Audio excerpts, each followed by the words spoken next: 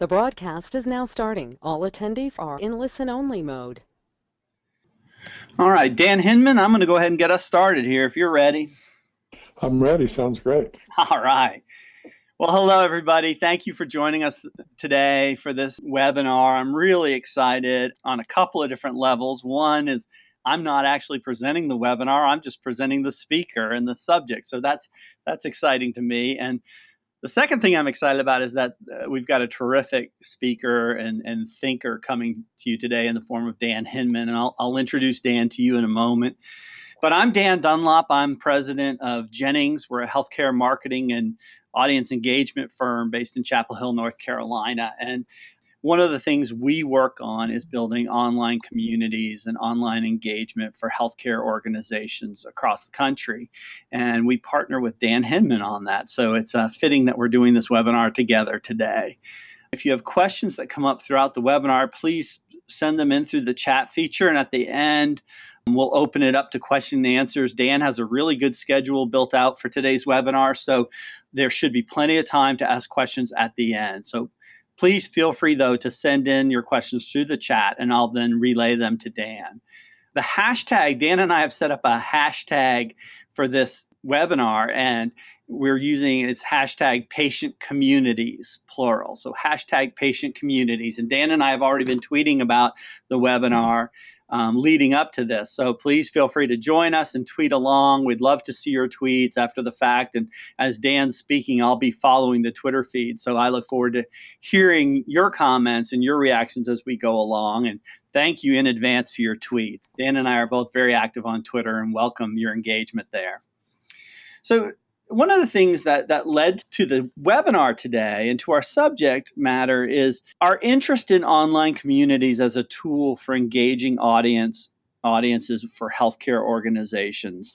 And as we have watched the trends in healthcare, one of the things that has frustrated me has been our slowness to change. We just haven't been in a hurry to adapt to changes within the healthcare environment and changes that consumers are experiencing in the world of communications and how they communicate. Typically the way we as healthcare organizations, hospitals, health systems, physician practices, the way we communicate with consumers is we spew content at them. We market, we advertise, we talk about services and service lines and specialties, and we literally spew this content in their direction. And that is just not an effective way to engage consumers. Frankly, consumers most of the time don't want to think about what we're talking about. They don't want to think about healthcare. So we're spewing content, we're spending lots of money doing it, and it's something consumers really don't care much about until they're at that point where their hip hurts and they need a hip replacement, and then they go online and start searching for information. So we think a much more effective way to communicate with consumers is to create community, to change healthcare marketing from just typical spewing content to truly engaging consumers in conversations by creating these niche communities of shared interest. And the more niche they become, the more effective they become. So just to use a very simple example with Facebook, if a woman is dealing with pelvic health issues, is she going to want to go on your Facebook page and talk about pelvic health? Or would she be more likely to go to a smaller group that you've created, maybe a private Facebook group that is just dedicated to pelvic health issues? And you can make the same case for a bariatrics group, for people who are interested in weight loss surgery, for different types of cancer groups and so on. And all you have to do is look at the success of these online communities like Patients Like Me, Inspire.com, and see the millions of patients and family members who are flocking to these communities to find other people who are going through the same thing they're going through, so that they can share ideas, they can commiserate, they can share information and be empowered. So communities are a really powerful way to engage consumers. And Dan and I both believe that this is the direction healthcare marketing is going, that really it's going to be our role as healthcare marketer is going to be that of a community builder rather than somebody simply generating and distributing content to audiences. So with that said, I'd like to introduce Dan Hinmon and let Dan take it the rest of the way for this presentation.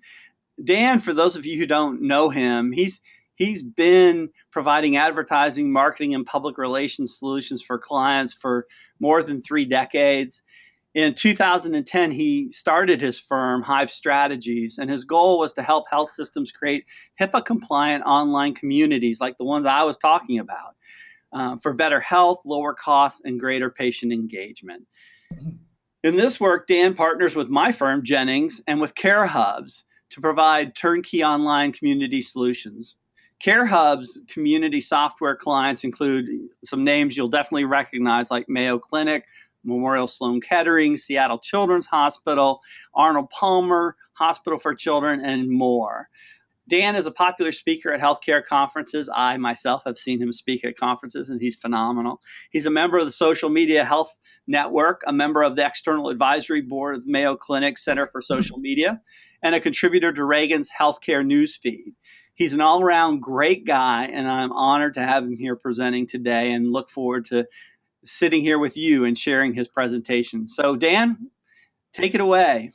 Hey, Dan, thank you so much for that introduction, and thank you for framing this discussion today in such a great way.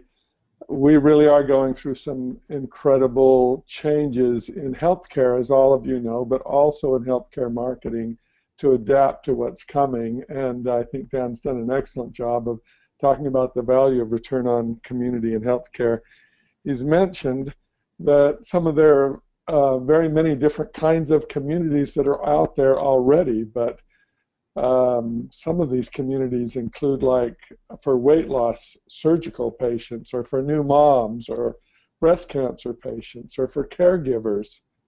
They're for parents of kids who are sick, or for people who are diabetic and who need to manage their diabetes better through a community that they can be part of. These communities also help people who are struggling with infertility or have rare diseases, and some of them even are set up to help manage clinical trials. So there's so many different kinds of patient communities available today, and so many different ways in which you, in your hospital or health system, can reach out to patients by identifying the need. Simply said, these communities are really good for patients. The communities that we help create, they provide peer-to-peer support between patients. They can provide accurate, useful information. They can give patients access to experts in the field. All those things are really great for patients, but it's also great for the health system because you have an opportunity to engage these patients in ways that you wouldn't be able to otherwise. So there's a lot of talk now about patient engagement strategies in healthcare. This is a powerful way through online communities to engage with patients, to improve processes, and to actually boost patient satisfaction.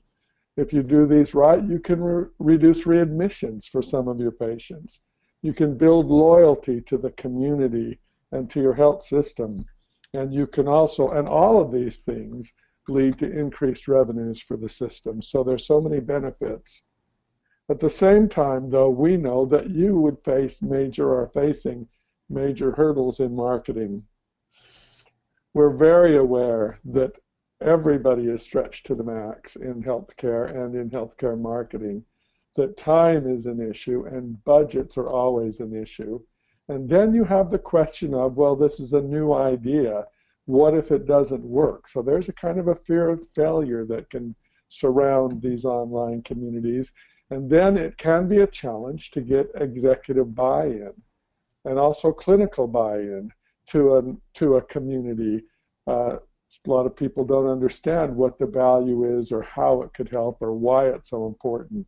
And so all of these things can be considered hurdles in establishing these online communities. For that reason, we recommend that you don't take a broad system-wide approach to online communities, but you develop a community that pertains to a very specific niche in your hospital. So backing again to the idea of, if you provide infertility services, what a perfect place for an online community where men and women, moms and dads who are struggling with this, can get together in a community and get support both before and after treatment, weight loss surgery, diabetes patients. All of these are opportunities for you to identify a niche that you can start with your first communities in your hospital or health system. And then what we have found as we've introduced this in other hospitals is when the first community has great success, then others want to duplicate it. And so they say, wow, we would like that community in our area to provide better support for our patients and improve satisfaction and outcomes and also drive revenues. And so can be a really great way to begin the concept of community within your organization. The tech firm Gartner says that without planning and management, you should be prepared for your community to fail. And so one of the big mistakes that hospitals and health systems and others make is an if you build it, they will come mentality. And if you approach it that way, you're going to end up with this. It's a ghost town. It's a community that was developed that nobody cares about and nobody comes to and nobody uses. And so the exciting thing that we're going to talk about today are really the steps to avoid failure and create thriving online patient communities. And I'm excited to give you some real practical ideas that you'll be able to apply as you think about this in a way that really will make you or will help you set up a successful community that really does thrive and meets the needs of the objectives that you have if you follow some certain key principles. So really the first thing to ask when you consider an online community is, what's my problem? What is my problem that this community is going to solve? You need to really take some time and drill down deep with that. So, for example, do you want to increase the number of deliveries in your birthing center? Well, could an online community help accomplish that? And if so, what would it be like? Do you need to help your surgical weight loss patients make the behavioral changes that are essential for them to continue to maintain their weight loss? Or to help them as they're leading up to their surgery to do the things they need to qualify for that surgery? What if you identified the problem that maybe you're a children's hospital and you have a desire to connect the families of these children more strongly to your institution and to your foundation so that they're more likely to give down the road. Whatever your marketing challenge is or the problem that you face, the first step is to identify that problem as specifically as you can. And so number one would be, what is your problem? And then the second question really to ask yourself is, who cares? You can develop a community that you think your patients will flock to, but if you haven't figured out who really cares about that beyond yourself, then your community won't be successful. It's like what Dan referred to earlier. As healthcare, we're so used to just driving messages out to people, the messages about us, the things that we feel passionate about or that are important. But the thing we need to really identify and understand here with a community is, does it really matter to the patient? And so the best way to figure that out is to start with some really critical, essential research. And that, number one, would be to explore the competition. By this, I mean not only what services do hospitals in your market provide, but also, as importantly, is what other online patient communities are already out there. This is really a critical question from the beginning because people get invested in their online communities. And if the patients that you're trying to pull into your community are already engaged somewhere else, then you need to know that up front. And you need to find out where they're engaged, how and when, and whether your community is going to provide a better benefit or not. And we'll go into some real detail about how to do that in just a minute. The real way to do it, we'll get to it right now, is to start by interviewing 20 to 30 potential community members. So number one that you're going to do as part of the interview is you're going to identify who do I think right now would want to be part of this community. Develop a list of 20 to 30 people and then conduct interviews with them to find out where they are and what they need and if what you're thinking of even fits.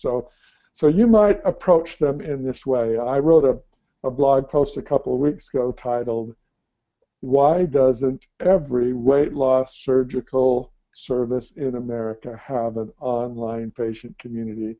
I think that is a slam dunk, a place where patients really need support over a long period of time in a number of ways, are emotionally involved in that, and value a community of people who have been through what they've been through to support each other.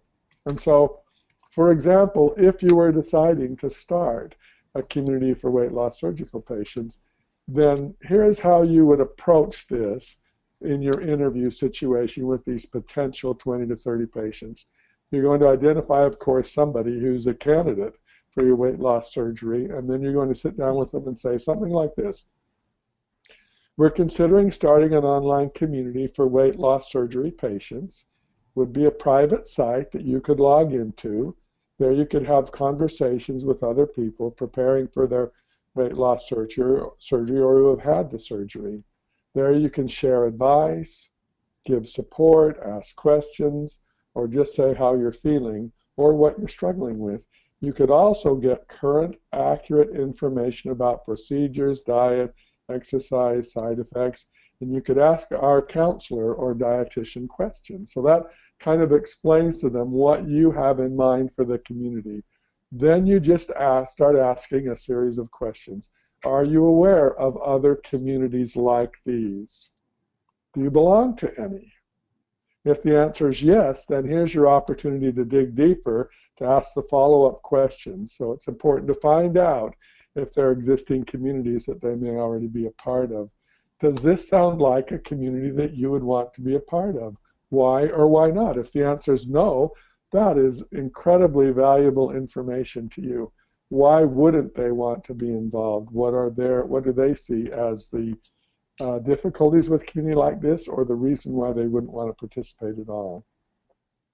What else would you like to see in this community beyond what we've mentioned already? If you were designing a community like this, what would that be like? What is your dream community? What would you hope to gain from such an online community? How often would you visit the community? How long would you stay? Why would you come? Would you come to help others? Would you want to receive help yourself? Would you come to get information? Would you want to come to just make new friends, to ask questions, or just to lurk, just to see what other people are talking about? So there, I've got a list of 20 questions that I'll be sending out to all of you later today that you can ask in these interviews with these patients as part of this really essential research, so that you can get the deep information that you need to really make sure that this community meets in a really significant way the patient needs. There are specific ways to engage patients and to bring them back. And it's the process of bringing them back into the community that helps them eventually develop a habit. And this is an area where you're going to begin to understand what those triggers are that are going to be important to them once you establish a community to bring them back. I cannot overstate the value of these 20 to 30 patient interviews, in person or on phone.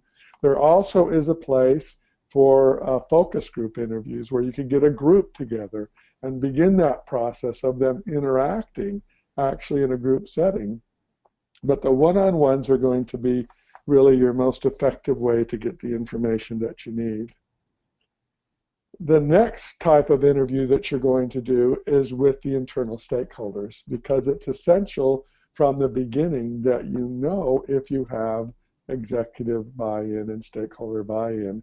And it's not just the CEO level or the marketing director level, but there is also a strong clinical piece in this, because you want to have the clinical people in your organization referring patients to your community throughout their treatment process. And if they don't believe in it or support it, then you're going to have a much more difficult time engaging the patients up front and getting them enrolled into the community.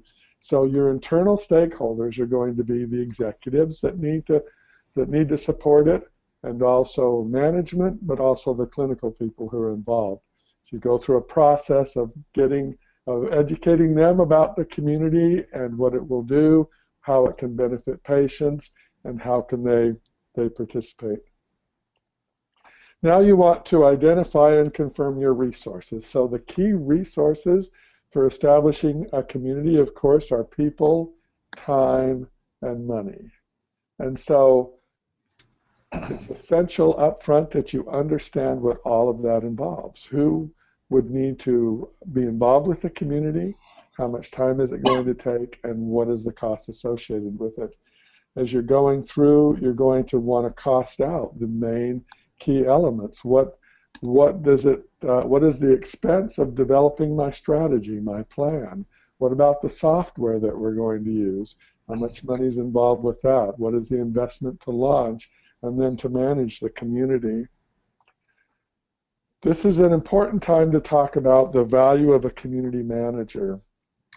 Dan wrote a blog post a month or two ago comparing two of their communities, one that was managed and one that was not, and showed a significant increase in activity through community management. We don't know of a single patient community that has survived without an active community manager of some level. And that doesn't need to be full-time. That can be quarter-time or that can be half-time, but there needs to be someone assigned to be a community manager. That role is essential to engaging people in the community and building the interest, some specific skills. Also, it's essential that a clinical person or an expert of some kind be involved in the community. That again can be just very much a part-time thing, maybe a 0.25 of an FTE, or maybe even someone who's already involved. For instance, a bariatric program that has a nutritionist who's really involved in the program, who then also helps give expert advice within the online community.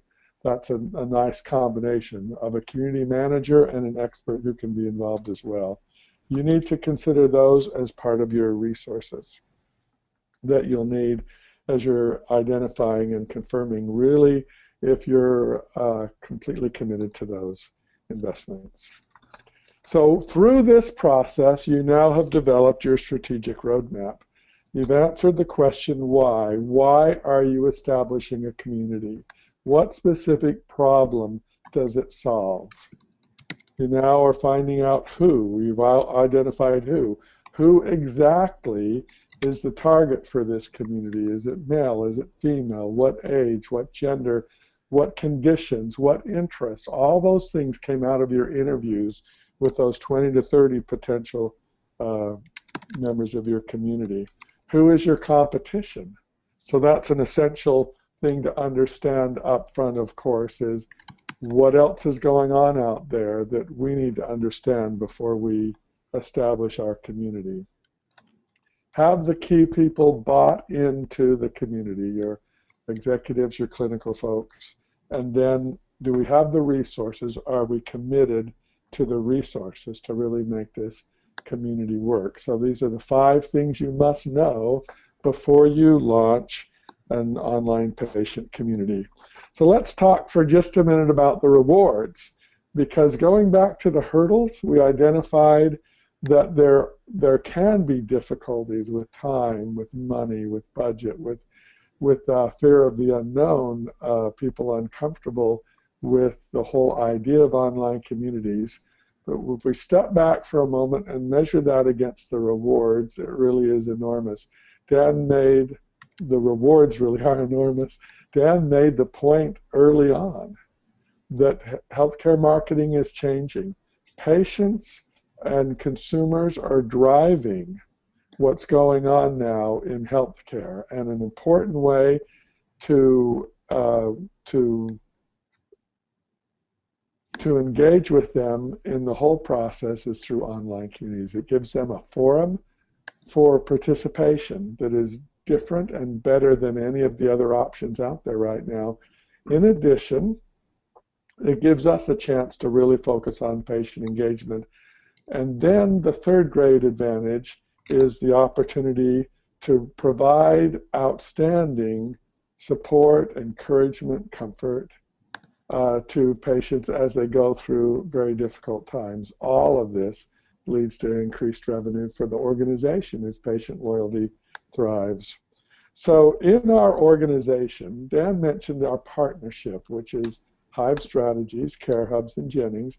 We pay our clients through a strategy here that begins with Discover, which we've just talked about today, that whole discovery process. Then the installation of the software, which goes on a secure server in the cloud and is HIPAA compliant and provides that safe, secure, private environment to have these discussions. We take clients through this specific launch process where there are some very strategic steps to begin to get patients engaged and more involved in the community and build it. And then the fourth stage is the management stage, which Dan and his team are really expert at helping to manage these communities once they're established. Those are the key messages for success in building online communities. And so now I'll turn it back to Dan to moderate some of your questions. Great, thanks, Dan. That was terrific, and I've been monitoring the Twitter feed while you've been doing your talk. And I wanted to add one thing before we get to the questions, and that is, I guess, reinforcing what you've already said, which is you should not enter the world of online patient communities lightly. There is always more work involved, more strategy involved than people assume up front.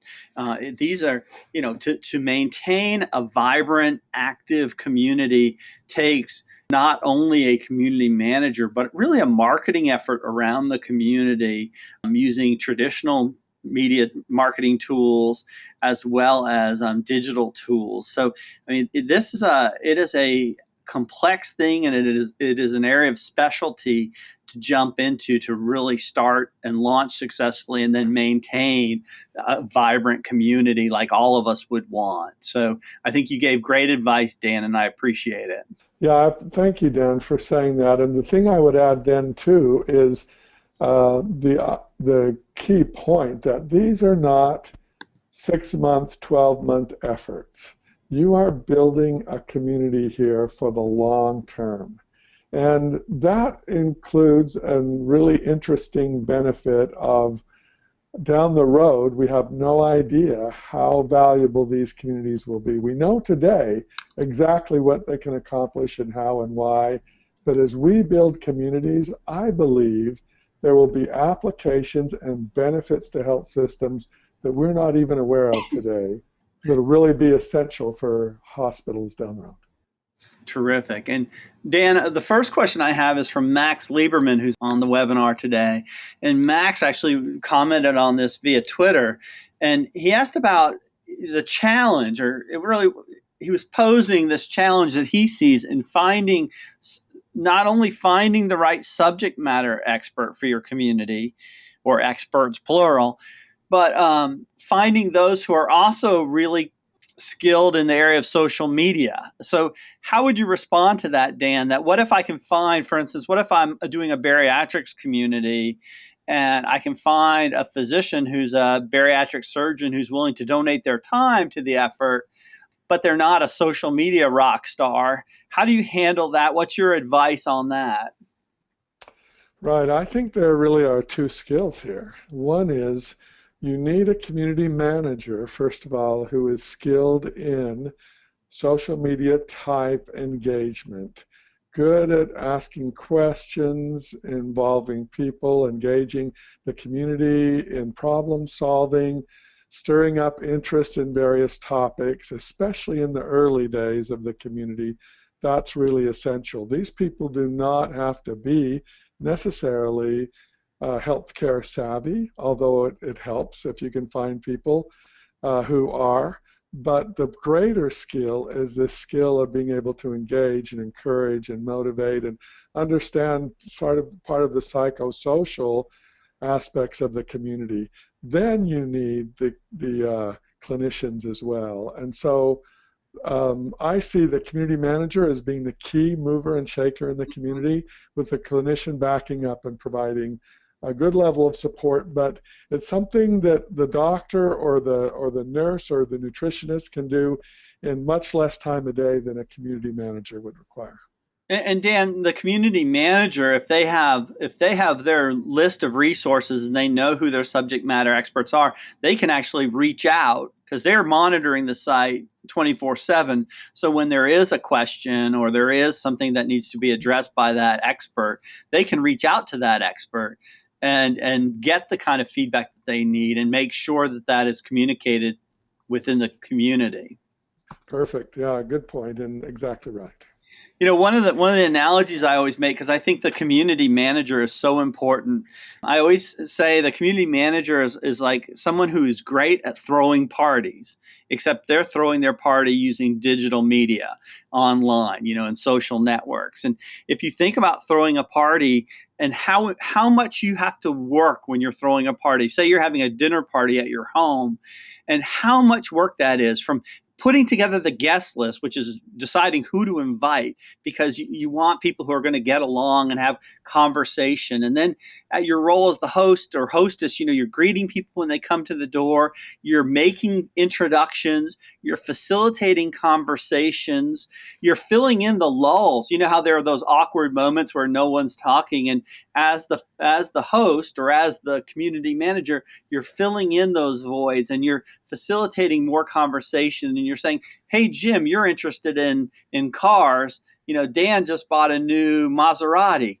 Talk amongst yourselves. So that role of being the community manager is really intense, and it needs to be someone who not only understands social media, but who understands relationship building of the type you would do at a dinner party. So I love that analogy, and now I have shared it with you. I'll just go ahead and give you a few notes wrapping up. One thing is, Dan and I are going to be doing a webinar in January, and we plan to do a series of these webinars on an ongoing basis. But in January, we've got one that we're going to be announcing very shortly. And the topic is going to be healthcare marketing as community building. And it's going to talk about the use of online communities. And we're going to give examples of communities that we've built. And we're going to flip roles, and Dan's going to be the moderator, and he will introduce me, and I will do the presentation. And I look forward to sharing, real examples of online communities, from the most simple Facebook community and a simple patient community to more complex communities with multiple sub-communities within them. So we look forward to doing that in January. So look for news about that. We're going to send you a follow-up email after today's webinar. And in it, there'll be a link to the recording of this webinar. So hopefully you can share it with friends and colleagues and listen to it again if you'd like. And then look for the email that Dan mentioned earlier, where he's going to send you an email with his list of 20 essential questions to ask potential members of your online patient community. And I think that's just invaluable. I think the biggest takeaway today for me is be strategic. If you're going to go down this road, be strategic in the way you approach it. You need to answer the business questions of, why are you doing this? Why is this important? What do you hope to accomplish? What are your goals?